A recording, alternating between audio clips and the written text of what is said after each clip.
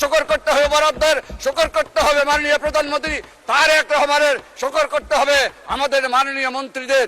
আল্লাহ বললো আমার নিয়মতের শুকরিয়া করো, না হলে গজব হবে। আরো বক্তব্য দিচ্ছে ওদের প্রধানমন্ত্রীর বাজেট বরাদ্দ, ওগুলো শুকরিয়া না করলে নাকি গজব নাজিল হবে। তাহলে কোরআন হাদিসের জ্ঞান কতটা নিম্ন পর্যায়ে হলে এমন মন করা বক্তব্য দিতে পারে।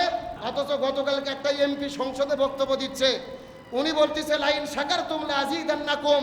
আল্লাহ বলছে তোমার দেশের প্রধানমন্ত্রী তারেক রহমান যেই বাজেট করেছে, যেই বরাদ্দ দিয়েছে, তোমরা শুকরিয়া আদায় করো, না হলে তোমাদের উপরে গজব পড়বে। নাউজুবিল্লাহ বলবেন না? আল্লাহ বললো আমার নিয়মতের শুকরিয়া করো, না হলে গজব হবে। আরো বক্তব্য দিচ্ছে ওদের প্রধানমন্ত্রীর বাজেট বরাদ্দ, ওগুলো শুকরিয়া না করলে নাকি গজব নাজিল হবে। তাহলে কোরআন হাদিসের জ্ঞান কতটা নিম্ন পর্যায়ে হলে এমন মন করা বক্তব্য দিতে পারে। শুকরিয়া আদায় হবে কার? আর আল্লাহর জন্য যেটা করা দরকার ওটা অন্য কারোর জন্য করলে কি হয় বলেন তো? শিরক হয়। জোর বলেন কি হয়? আর ইন্না শিরকা লা যুলমুন আযীম, শিরক হলো মহা জুলুম। কোরআনের অন্য জায়গায় আল্লাহ বলেছে আল্লাহ সব গুনাহ মাফ করবে, শিরকের গুনাহ মাফ করবে না। এই জন্য এমপিদের বলি কোরআন আমাদের বাপ দাদার সম্পত্তি না। আমার ভাইও কোরআন পড়বে, আমিও পড়বো, আপনারাও পড়েন, তবে বক্তব্য দিতে গেলে বুঝে শুনে বক্তব্য দেন। কোরআনের বক্তব্য যেন ভুল ব্যাখ্যা না হয়, হাসি ঠাট্টা তামাশা না হয়, তাহলে ভুল বক্তব্য দেওয়ার কারণে জাহান্নামে যাওয়া লাগতে পারে। 2 নম্বর কাজ হলো নবীজির মসজিদুল নববীর ভেতরে 3 দিন পর্যন্ত আজান একামত বন্ধ করে দিয়েছিলেন, এমনকি নামাজ পড়াটাকে বন্ধ করে দিয়েছিলেন। মসজিদুল নববীর ভেতরে 3 দিন পর্যন্ত দরজা জানালা বন্ধ করে রাখা হয়েছিল। এই হাদিসের বর্ণনাকারী হযরত সাঈদ বিন মুসাইদ রাদিয়াল্লাহু তাআলা বলেন আমি ভুলক্রমে আটকে পড়েছিলাম মসজিদুল নববীর ভেতরে, চতুর্দিক দিয়ে দরজা জানালা বন্ধ, কিন্তু নামাজে যখন সময় হতো আমি মনে মনে চিন্তা করতাম আজান কখন হবে আর আমি মসজিদুল নববীর মধ্যে নামাজ আদায় করব। সাঈদ বিন মুসাইদ বর্ণনা করে বলে আল্লাহর কসম করে বলি আমি 3 দিন পর্যন্ত মসজিদুল নববীর মধ্যে আটকে ছিলাম। মসজিদুল নববীর পাশেই হলেন নবীজির রওজা মোবারকা, নবীজির রওজা মোবারকের ভেতরে সবুজ গম্বুজের পাশে আমি বসেছিলাম। যখন নামাজের সময় হতো নবীজির রওজার মধ্য থেকে কে যেন গুনগুন গুনগুন গুনগুন করে আমি আবু সাঈদ মুসাইদ আমার কানের কাছে এসে আজানের শব্দ শোনায়া দিয়ে যেত। মদিনা যাইতে পারলাম না, মদিনা দেখতে পারলাম না, আমি অসহায় তাই এত দূরে রই, শুধু সালাম জানাই। মদিনা যাইতে পারলাম না, মদিনা দেখতে পারলাম না। মদিনায় যেতে মন চাই কি চায় না? সবাই মহব্বত নিয়ে একবার একটু চিৎকার করে বলেন মদিনা যাইতে পারলাম না, মদিনা দেখিতে।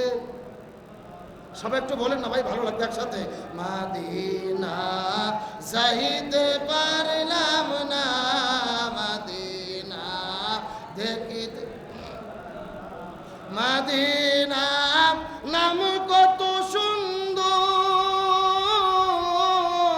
মদিনা আর যে কত দূর, পাখির নেই ডানা থাকলে উড়ে যেতাম মদিনা, মদিনা যাইতে পারলাম না, মদিনা দেখিতে।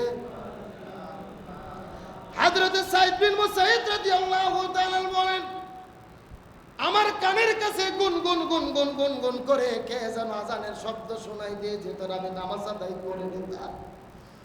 4টা কাজ জোর করে করেছিল, ক্ষমতা দখল করে। 1 নম্বর কাবা ঘরে আগুন ধরিয়ে দিলেন, 2 নম্বর মসজিদুল নববীতে আজান একামত বন্ধ করে দিলেন। 3 নম্বর কাজ হলো কোরআনের আইনগুলোকে রহিত করে দিয়ে তিনি তার ইচ্ছা মতো আইন দিয়ে দেশ পরিচালনা করা শুরু করে দিলেন। আর 4 নম্বর কাজ হলো ইমাম হুসাইন সহ হাজার হাজার আলেমদেরকে এই দুনিয়া থেকে হত্যা করে শহীদ করে বিদায় করে দিলেন। এই 4টা কাজ শুধু করেছে তা নয়, হুসাইন রাদিয়াল্লাহু তাআলার কাছে খবর চলে আসলেন ইয়াজিদ মদ পান করে, নিশা দ্রব্য পান করে, মদ পান করে অধিকাংশ সময় মাতাল হয়ে পড়ে থাকে। এখন আপনাদের জিজ্ঞাসা করি, বলেন তো নিশা দ্রব্য পান করা, মদ পান করাকে হারাম করেছেন কে? ইমাম হুসাইন চিন্তা করলেন ইয়াজিদ যদি মদ পান করে যদি মাতাল হয়, ইয়াজিদ তো নিজে ধ্বংস হবে আর এলাকার মানুষদেরকেও ধ্বংস করে ছাড়বে। কারবালাটা বোঝার চেষ্টা করেন, কারবালার যুদ্ধটা কেন হয়েছিল, ইমাম হুসাইনকে কেন শহীদ করে দেওয়া হলো। ইমাম হুসাইন মনে মনে বুঝতে পারলেন ইয়াজিদ তো মদ পান করে মাতাল হয়, আর ইয়াজিদ মাতাল হয়ে রাষ্ট্র পরিচালনার যদি দায়িত্ব পায় নিজেও ধ্বংস হবে, দেশটাকেও ধ্বংস করে ছাড়বে। আমি আপনাদের বোঝানোর জন্য বলতেছি, একটা কথা ভালো করে বোঝার চেষ্টা করেন।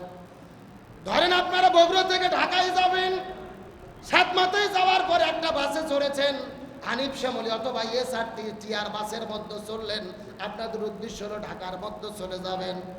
সাথে করে আমাদেরকেও সঙ্গ করে নিয়েছেন হুজুরদেরকে। আমরা বাসের মধ্যে চড়ার পরে ঢাকা যাওয়ার জন্য যখন রওনা করে দিলাম, কারো হাতের মধ্যে তসবিহ, কারো হাতের মধ্যে কোরআন শরীফ, কেউ জিকির করতেছে, গাড়িটা ঢাকার উদ্দেশ্যে যাওয়া শুরু করলো। কিন্তু গাড়ির যে ড্রাইভার ছিল ওই ড্রাইভার মাতাল হওয়ার কারণে গাড়ি একবার ডান দিকে নিয়ে যায় আবার বাম দিকে নিয়ে যায়। এইবার যাইতে যাইতে যাইতে যখন যমুনা সেতুর উপরে চলে গেছে, ওই ড্রাইভার মাতাল হওয়ার কারণে বলেন তো বাসটা নিয়ে যদি যমুনা নদীর মধ্যে পড়ে, ড্রাইভার একা পড়বে নাকি আমাদের নিয়ে সাথে করে পড়বে? আমার কথাকে আপনারা বুঝেছেন? আমরা বলো সবাই হুজুর, কেউ আলেম, কেউ মুফতি, কেউ মুহাদ্দিস, কেউ জামাত ইসলাম, কেউ চরমোনাই, কেউ হেফাজত, কারো হাতের তসবিহ, কারো মাথার টুপি, আমরা জিকির করতেছি। কিন্তু ড্রাইভার কি? ওই মাতাল হওয়ার জন্য বাস নিয়ে যদি নদীর মধ্যে পড়ে, একা পড়বে না আমাদের সাথে নিয়ে পড়বে? তার মানে বোঝা গেল ড্রাইভার মাতাল হলে যেরকম বাসের যাত্রী নিরাপদ হতে পারে না, রাষ্ট্র পরিচালনার দায়িত্ব যারা পাবে, প্রধানমন্ত্রী, রাষ্ট্রপতি, এমপি, মন্ত্রী, এরাও যদি মাতাল হয় ওরাও ক্ষতিগ্রস্ত হবে, দেশের মানুষকেও ক্ষতিগ্রস্ত করাইয়া ছাড়বে। আজ এরই নাম হলো কারবালা। কারবালা মানে শুধু কান্না করা না, কারবালা কেন হলো এটা বোঝা লাগবে। হুসাইন চিন্তা করেছিল মাতালের হাতে ক্ষমতা দিলে এ জাতি নিরাপদ হবে না। আর আজকে শুধু বাংলাদেশ নয়, আশেপাশে লক্ষ্য করে দেখেন, অধিকাংশ নেতা যারা আমাদের দেশে হয়, অধিকাংশ নেতা হয় এগুলো মদ পান করে, নিশাদ্রব্য পান করে। এরকম নেতা আমাদের দেশে আছে না নাই? আরে রাতের বেলা লাল পানি, কালো পানি, ধলা পানি খাচ্ছে, আর আমরা হুজুররা মসজিদ মাদ্রাসার মধ্যে জিকির করতেছি, খুব তসবিহ পড়তেছি, বহুত ফায়দা, বহুত নেকি। ওই রাষ্ট্র পরিচালকরা যদি মাতাল হয়, আমি যত নামাজ রোজা হজ যাকাত করি, পুরো দেশের মানুষকে ক্ষতিগ্রস্ত করে তারা জাহান্নামের দিকে নিয়ে যাবে। আজকে আমাদেরকে মাঝে মধ্যে চিঠি দেয়, হুজুর মাদকের বিরুদ্ধে ওয়াজ করবেন। এর আমরা মাদকের বিরুদ্ধে ওয়াজ করব মানে মাদক বন্ধ করতে হবে সরকারকে। এই মাদক কেমনে ভারত থেকে ঢোকে ওই জায়গা তোমাদের বন্ধ করতে হবে। ওরা রাতের বেলা তলে তলে বোতল ঢুকাচ্ছে আর আমাদের কাছে হুজুরানা ওয়াজ করেন, হুজুর মাদক বন্ধ করা লাগবে। এর আমাদের ওয়াজ দিয়ে মাদক বন্ধ হবে? আর ওই দেশের রাষ্ট্রপ্রধান যারা, সচিব, আমলা যারা, ওরা মাদক বন্ধ করতে চায় না, কারণ অধিকাংশ ওরা নিজেরাই যাইয়া হোটেলের ভেতরে বোতল খায়। জোরে কোন সুবহানাল্লাহ।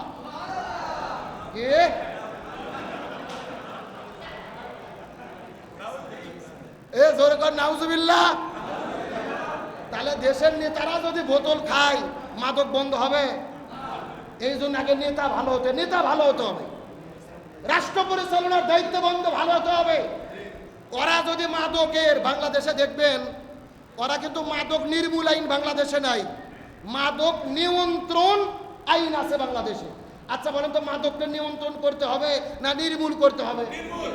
আল্লাহ বলছেন নামাল খামরু ওয়াল মাইসির ওয়াল আনসাব ওয়াল আজলাম রিজসুম মিন আমালিশ শাইতান ফাসতানিবুহু লাআল্লাকুম তুফলিহুন।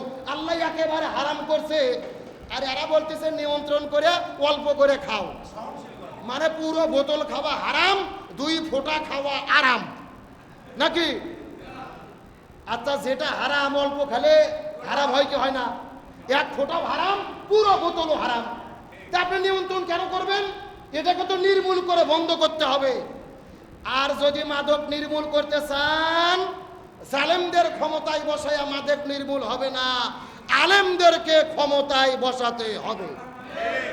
আর হোসেন রাদিয়াল্লাহু তাআলা এটাই বুঝেছিল যে ইয়াজিদ যদি মাতাল হয়, ও শুধু একা ধ্বংস হবে না, পুরো দেশের জনগণকে ধ্বংস করে ছাড়বে। আজকে আমরাও মুসলমান, ইয়াজিদ মার্কা মুসলমান বাংলাদেশে বেশি, নিজেকে মুসলমান বলে পরিচয় দেই, কোরআন পড়ি কিন্তু ব্যাখ্যা বুঝি না। আল্লাহর কোরআন বলছেন লাইন শাকারতুম লা আযীদান্নাকুম ওয়া লাইন কাফারতুম ইন্না আযাবি লাশাদীদ। আমি আল্লাহ আমার নিয়ামতের শুকরিয়া আদায় করো, যদি শুকরিয়া আদায় করো আমি আল্লাহ বহু গুণে বাড়াইয়া দেবো। সুবহানাল্লাহ বলেন। অথচ গতকালকে একটা এমপি সংসদে বক্তব্য দিচ্ছে, উনি বলতেছে লাইন শাকারতুম লা আযীদান্নাকুম। আল্লাহ বলছে তোমার দেশের প্রধানমন্ত্রী তারেক রহমান যেই বাজেট করেছে, যেই বরাদ্দ দিয়েছে, তোমরা শুকরিয়া আদায় করো, না হলে তোমাদের উপরে গজব পড়বে। নাউজুবিল্লাহ বলবেন না? আল্লাহ বললো আমার নিয়ামতের শুকরিয়া করো, না হলে গজব হবে। আরো বক্তব্য দিচ্ছে ওদের প্রধানমন্ত্রীর বাজেট বরাদ্দ, ওগুলো শুকরিয়া না করলে নাকি গজব নাজিল হবে। তাহলে কোরআন হাদিসের জ্ঞান কতটা নিম্ন পর্যায়ে হলে এমন মন করা বক্তব্য দিতে পারে? শুকরিয়া আদায় হবে কার? আল্লাহ। আর আল্লাহর জন্য যেটা করা দরকার ওটা অন্য কারোর জন্য করলে কি হয় বলেন তো? শিরক হয়। জোর বলেন কি হয়? আর ইন্না শিরকা লা যুলমুন আযীম, শিরক হলো মহা জুলুম। কোরআনের অন্য জায়গায় আল্লাহ বলেছে আল্লাহ সব গুনাহ মাফ করবে, শিরকের গুনাহ মাফ করবে না। এই জন্য এমপিদের বলি কোরআন আমাদের বাপদাদার সম্পত্তি না। আমার ভাইও কোরআন পড়বে, আমিও পড়বো, আপনারাও পড়েন, তবে বক্তব্য দিতে গেলে বুঝে শুনে বক্তব্য দেন। কোরআনের বক্তব্য যেন ভুল ব্যাখ্যা না হয়, হাসি ঠাট্টা তামাশা না হয়, তাহলে ভুল বক্তব্য দেওয়ার কারণে জাহান্নামে যাওয়া লাগতে পারে।